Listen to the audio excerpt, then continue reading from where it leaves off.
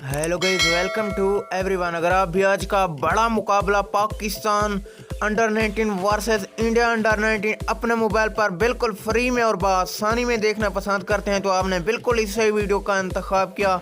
जी हाँ दोस्तों, मैं आपके लिए सिंपल और सादा सा तरीका लाया हूँ जैसे आपके मोबाइल पर अभी अभी लाइव मुकाबला चल पड़ेगा। सबसे पहले आपने घबराना नहीं, आपने करना क्या है, आपने कमेंट सेक्शन में ये ज़रूर बताना है कि आज का बड़ा मुकाबला कौन सी टीम जीतेगी और आप कौन सी टीम को सपोर्ट कर रहे हैं, पाकिस्तान या इंडिया। नीचे कमेंट सेक्शन में ज़रूर बताएं। जी हाँ दोस्तों, आप भी आज का बड़ा मुकाबला फ्री में एंजॉय करना चाहते हैं तो आपने करना क्या है, इस वीडियो के टाइटल पर क्लिक करके डिस्क्रिप्शन में चले जाना है। वहाँ पर आपको ब्लू कलर की एक लिंक मिलेगी, उस पर क्लिक करके आज का बड़ा मुकाबला फ्री में एंजॉय करें। Thanks for watching my video.